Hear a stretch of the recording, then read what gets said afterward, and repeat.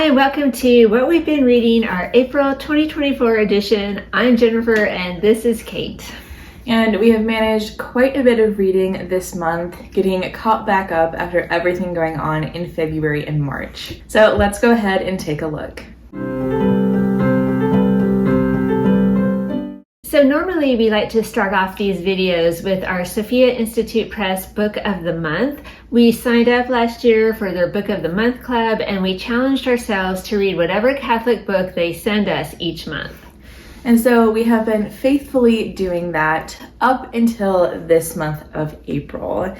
So when we got the book for the month of April, we unboxed it and honestly just said no. No. We've just both immediately kind of said no. Don't get us wrong, it's not a bad book. In fact, it looks really interesting. It's this one, Unveiling the Sixth Station of the Cross, which is about devotion to the holy face of Jesus. Very good, actually. Yeah. It sounds like a really interesting book, but this one arrived right before Holy Week. And so after 6 weeks of reading these deep spiritual Lenten books, we decided we're going to save it for next year. And not only that, but just a year or two ago, I read this book about devotion to the Holy Face, The Golden Arrow, which is really good, but it hasn't been that long. And then I also found this book recently, The Secret of the Holy Face. So we've got a lot of devotion to the Holy Face going on here. So we decided to swap that book out for another new April release, and we chose A Saint Squad for Teachers by Amy J. Catapan. So this book is so good. In it, the author looks at the lives of 45 different saints. She gives you a short biography of each one, and then she pulls out different teaching tips, things that we can learn from these great saints. So, for example, from St. Philip Neri, we can learn the value of taking students on field trips. Yes, they are a lot of work behind the scenes for the teachers, but they can have a huge impact. So for some kids, this might be the only time they go see a play or go to a museum. So even a short trip or a virtual one can be a great learning opportunity. And then from Servant of God, Thea Bowman, and Servant of God, Antonio Cuipa, I hope I'm saying that right, we can learn the value of using art and music in the classroom. Now, I've been experimenting a lot with using art in my classroom over the past few years, especially memes, which my students love, but this book is definitely inspiring me to maybe try adding in some more music. And a lot of the saints in this book were old friends, but we did also learn about a lot of new saints, which was a great bonus. So this was definitely a 5-star book for us. If you teach, if you're a catechist, if you homeschool, just get a copy of this book and read it over the summer and recharge your teaching batteries. Or even if you don't teach, you will still enjoy this book. You know, if you're a boss, a manager, a coach, whatever, there is still a lot in this book that you might find helpful and inspiring. So we are definitely giving it 2 thumbs up. Great job, Amy Catapan. We also think that this would make an excellent end of the year teacher gift for the teacher in your life. I mean, teachers would actually be really happy to get this book. My first book today is one that's been on my wish list for quite some time, and it's this one, Wounds of Love, The Story of Padre Pio by Philip Campbell. This is some really good historical fiction saint biography right here. You know, when you think about it, the life of Saint Padre Pio is not an easy story to tell, right? He was a saint, a mystic, he had the stigmata, he endured a lot of suffering in his life. And yet the author, Philip Campbell, manages to strike a really good balance. We get to see him at all different stages of his life, not just the saint that he became, but we also see him as a young kid. We see him as a brand new brother in the Franciscan order, maybe trying a little too hard.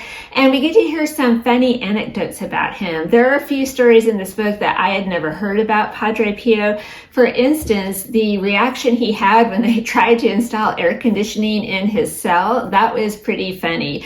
So this book was written for middle school on up, but I think anyone of any age can enjoy it. I definitely enjoyed it as an adult. So if you're looking for just a really good, solid, engaging biography of Padre Pio, this is definitely it.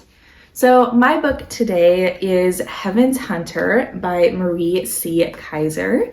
So she is one of the Catholic teen book authors, and we originally read a short story of hers in one of their anthologies like several months ago, and that was really good. So I finally decided to pick up her full-length book and give it a read. So this follows Randall. He was born into an elite family in this futuristic sci-fi world, and he is a big name. He's had a great education and eventually ends up as a detective in the Galactic Fleet. So we start following him when he is assigned to find a man, Hector Alvarez, who is partially responsible for an attack on one of the fleet's ships. So this throws him headfirst into this whirlwind of trying to find Alvarez, going all over the place behind enemy lines, but also getting face to face with the Catholic conspiracy, which is outlawed in this world. So this book is shorter. It is under 300 pages, but it's very fast-paced and very easy to get into. And the book also has some really beautiful themes into it. You know, it's not just sci-fi running around, you know, flash and bang, whatever. There are beautiful themes of loving your enemies and not being afraid to live your faith and to own up to it. And there are characters in particular who really embody those themes, and it's easy to see it really shines them through in this book. So I think this would be great for teens and up. You could probably have some great discussions around it. I certainly enjoyed reading this book, and I gave it a solid 4 out of 5 stars. My next book was written by the famous naturalist Gerald Durrell, who wrote My Family and Other Animals, which tells the story of his family's life in Greece on the island of Corfu right before World War II. I'm pretty sure that was made into a mini-series, I think maybe by PBS. Anyway, we read that one back in our homeschooling days, and I felt like I just want to read the sequel, which is this one, Birds, Beasts, and Relatives. It's the second book in the Corfu trilogy, and it did not disappoint. Everything that we loved about the first book, you know, the crazy life on the island, the animals, the nature, it's all right here in this book. So I thoroughly enjoyed it. However, just a heads up, this is probably best for like high school on up because it's all about real life on the Greek island. And so some of the people, I'll just say maybe they're not behaving their best. So I probably wouldn't just hand this off to a middle schooler. So heads up about that. But again, I truly enjoyed it. The very last sentence in the book was just so beautifully written. It was just so perfect, such a perfect ending that I know it will stay with me probably forever. And there's an epilogue too at the very end that has different telegrams and letters that the family wrote to each other right at the outbreak of World War II. So that was kind of a neat glimpse into that era in history. So this is probably like a 4.5 star read for me, and I am definitely going to look up the other books he has written. So next, as we recently mentioned in this video, we read and enjoyed Penny and the Stolen Chalice by Anthony Kollink. Now, we've been fans of this author for a long time. We really enjoy his Harwood Mystery series. Those are historical fiction mysteries set back in the Middle Ages.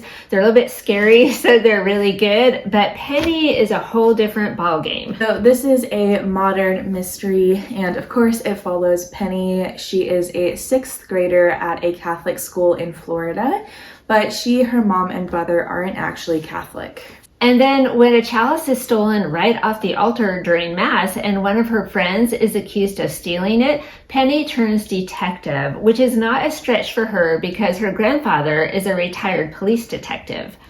So while she is looking into this mystery, she is also learning about the real presence of Jesus in the Holy Eucharist and why this stolen chalice is no ordinary theft. But honestly, our words cannot do justice for this book. You really have to read it yourself.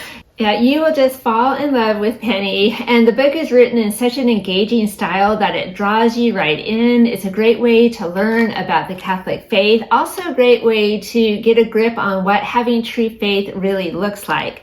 So this is an excellent book for First Holy Communion prep. It would make a great First Communion gift, and it would also be a really fun family read aloud. So it is a fun and fresh read, and we would love for him to write a sequel for it. My last book was a fabulous library find for me, and it's this one, All the Beauty in the World, The Metropolitan Museum of Art and Me by Patrick Bringley. So the author spent 10 years of his life as a Metropolitan Art Museum guard. When he was just 25, his older brother Tom passed away kind of unexpectedly from cancer. And at that point, the author just felt like he needed a complete change of pace. He needed a job that was low key, where he could just rest and heal. And so he quit his busy job at the New Yorker and went to work as a Met guard.